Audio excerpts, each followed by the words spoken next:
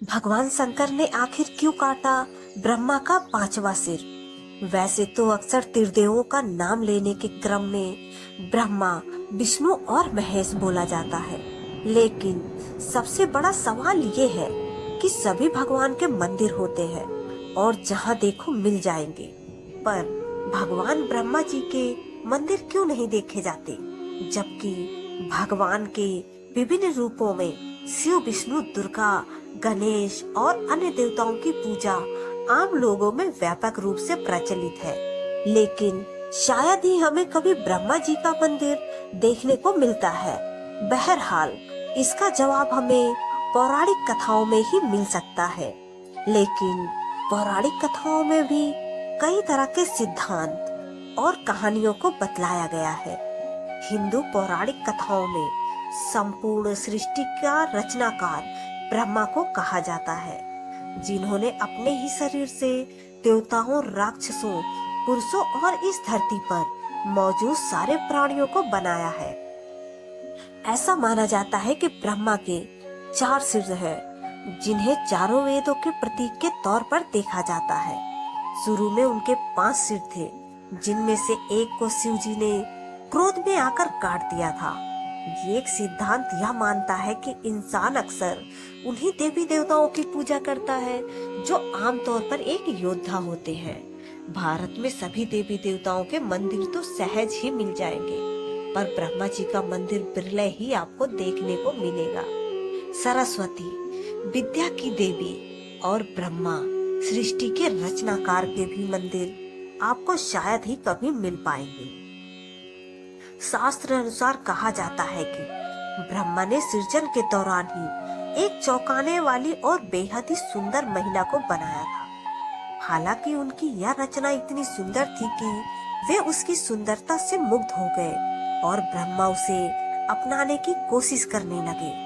ब्रह्मा जी अपने द्वारा उत्पन्न शत्रुपा के प्रति आकृष्ट हो गए तथा उन्हें टकटकी बांधकर निहारने लगे।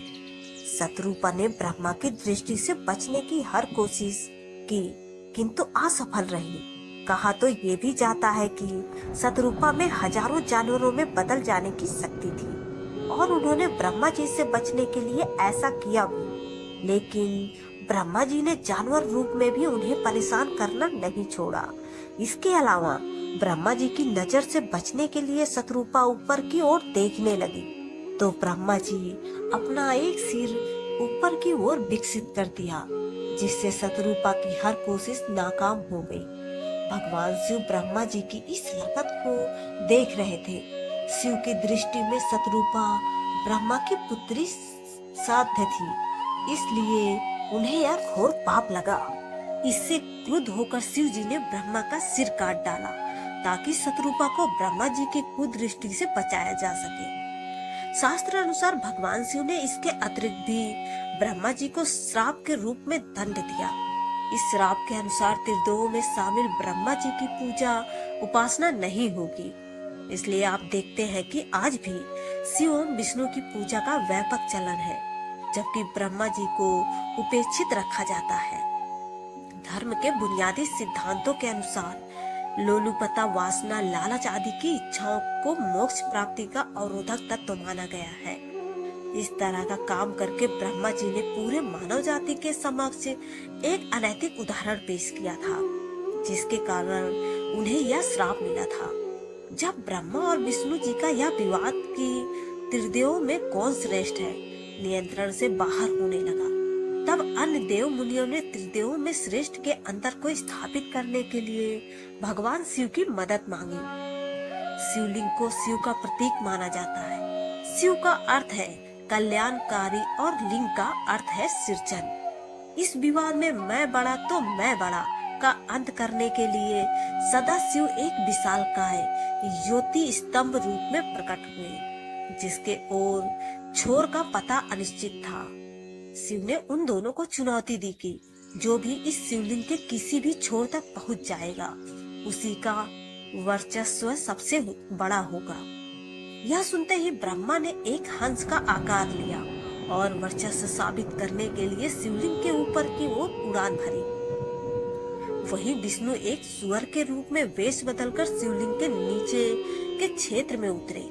जैसे ही कुछ दूर तक विष्णु जी ने यात्रा तय की, उन्हें एहसास हुआ कि इससे पहले भी शिव ने उन्हें मात दी है। अतः विष्णु जी लौट आए और भगवान शिव को सुप्रीम रूप में स्वीकार किया। वहीं ब्रह्मा ने रास्ते में ऊपर की तरफ बढ़ते समय केतकी के फूल से मुलाकात की और केतकी को यह बोलने के लिए मनाया कि वे शिव को जाकर बताए कि ब्रह्मा शिवलिंग के सबसे ऊपरी छोर तक पहुंच गए हैं। शास्त्र अनुसार ब्रह्मा जी की बात मानकर केतकी फूल ने भगवान शिव से झूठ कहा, जिसका पता शिव जी को लग गया। इसके बाद भगवान शिव ने क्रोधित होकर ब्रह्मा को श्राप दिया कि उनकी इस पृथ्वी पर कहीं भी पूजा नहीं की जाएगी और केतकी का फूल किसी भी धार्मिक अनुष्ठान में पूजा के लिए इस्तेमाल नहीं किया जाएगा। जय श्री राधे राधे।